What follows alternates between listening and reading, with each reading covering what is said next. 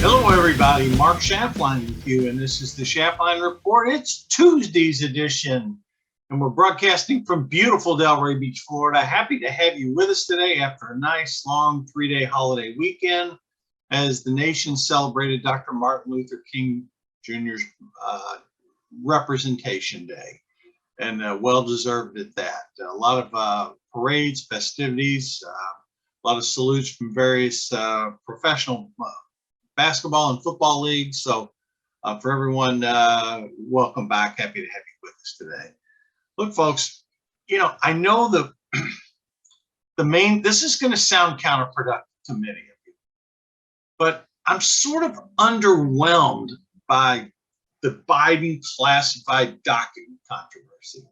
And let me explain to you why.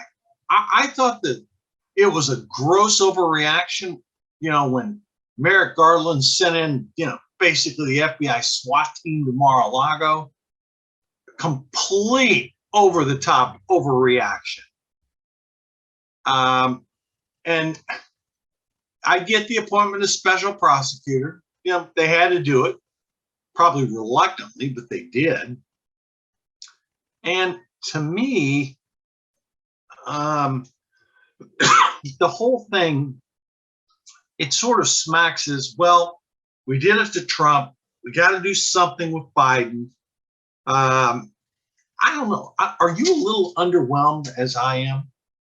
I mean, to the degree that these documents, again, they're 6-year-old documents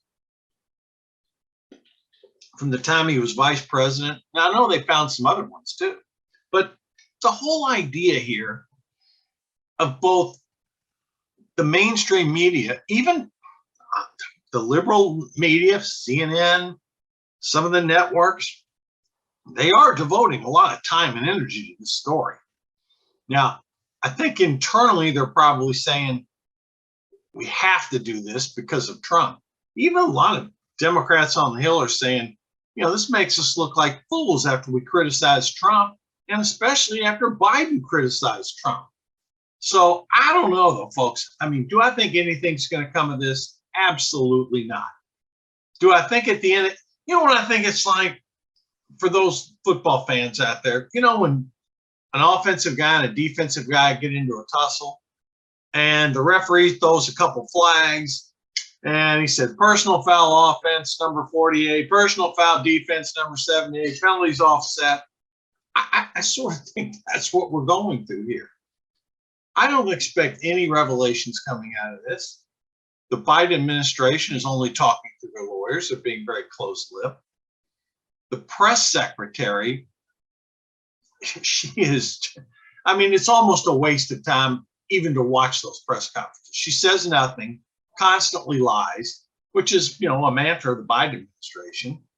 So again, I don't know if she's ad-libbing it or if she's doing what Ron Klain, the chief of staff, tells her to do, or the other higher ups in the White House. But again, nothing. The news cycle just sort of freezes, if you will. So I don't know. Call me underwhelmed right now. I don't know how much of the American people's actually following this. I haven't really seen any good polling on it. Yes, Republicans are going to make some hay out of it because, look, they deserve to be put on equal footing the same way, as Trump was. But folks, when you really boil it down, Trump's papers, Biden's papers, do you really think something's going to come of this? I don't. And I know a lot of you think, oh, come on, Mark, you got to, we got to pound Biden. They did to Trump. I get it. I understand that. That's the, offsetting penalties, if you will, scenario. But I just, there's certain things that happened, in each White House, and some are more serious than the other. And I know the media's, they're clamoring over Biden. Okay. You even heard some Democrats whisper, well, this might knock him out of running for president. We don't really want him to run anyhow. He'd be better off not running, but it's just our opinion. So anyhow, that's my opinion of this news story. We'll follow it for you. We'll talk about it again on Thursday as news warrants, but honestly, folks, I think this is a snoozer. And I've seen a lot worse scandals.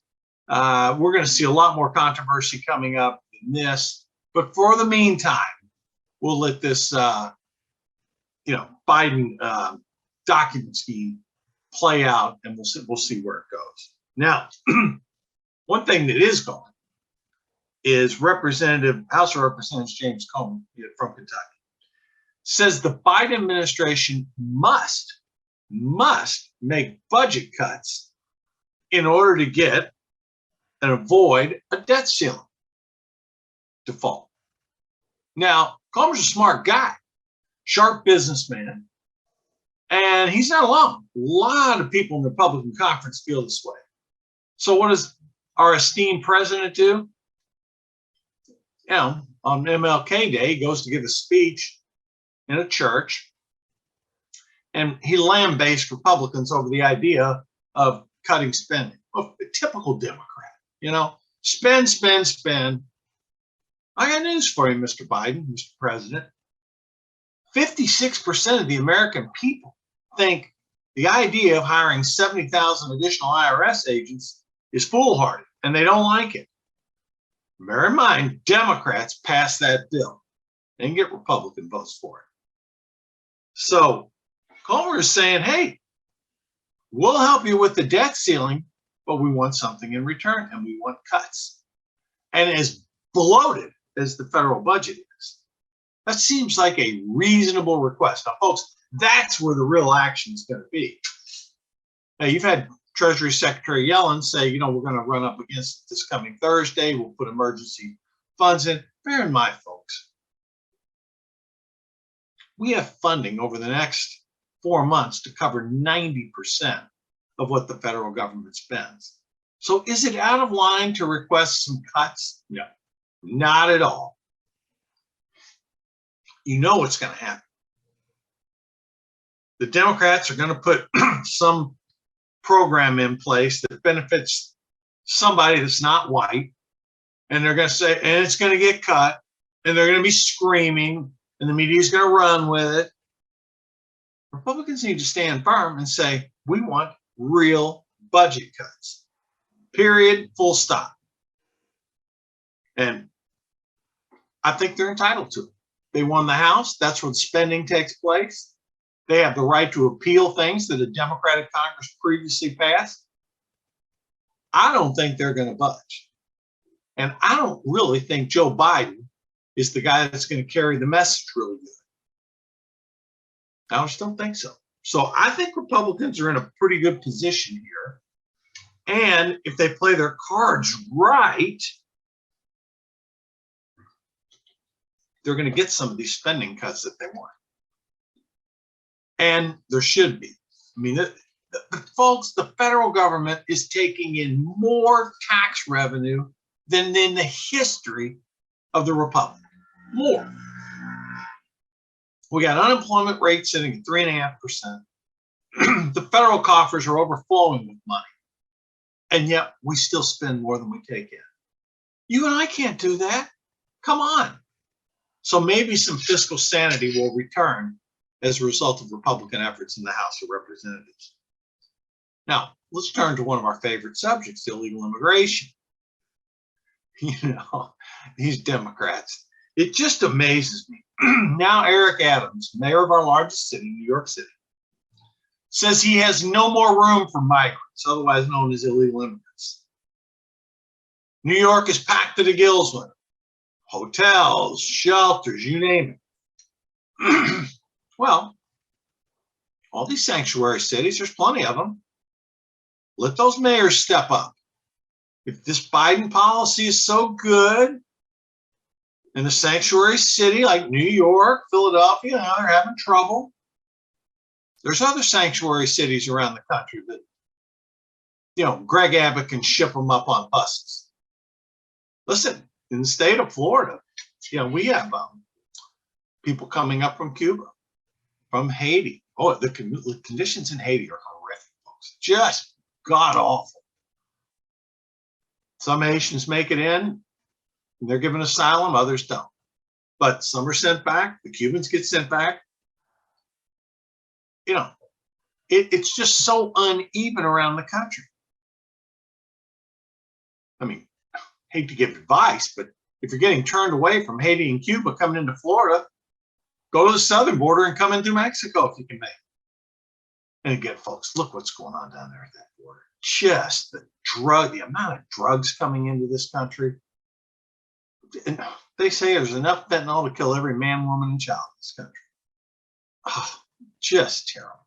But again, liberal cities, deep blue sanctuary cities, are running out of places to put them.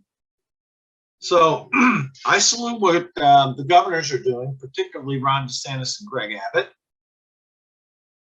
And we'll see where this goes. 6,000 Cubans have been returned so far this year. And yet down at our southern border, 200,000 a month. It's like clockwork. And we'll see, as this problem continues unabated, having an open border, and the socioeconomic problems that come with it, folks. It's just horrendous. So we'll keep an eye on that for you. Now, let's talk a little bit about what's going on over the war in Ukraine. This was just horrific news over the weekend. A high-rise apartment building in the city, I want to pronounce it right, Dnipro in Ukraine, was hit by a Russian missile. 40 people are dead, possibly 41. Children, mothers. I mean, these Russians are barbaric.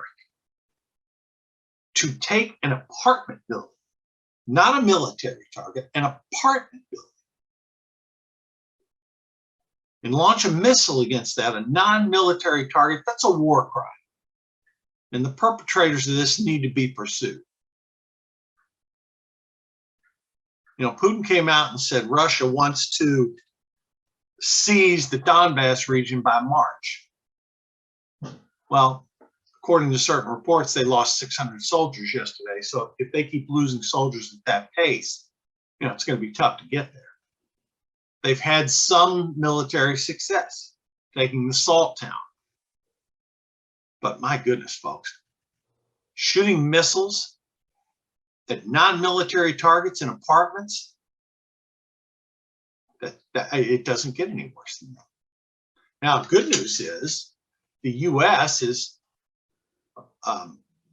training some Ukrainian leaders and fighters who were flown into the U.S. for specialty training on some of these sophisticated weapons. So that's a good news story. Now, some view it as good news. We, on this show, view it as good news because what we see the Russians doing is horrific. So, contrary to some conservative Republicans, we do support the efforts of the administration and NATO to supply Ukraine with these weapons. Yeah, we don't have a problem with auditing, that's fine.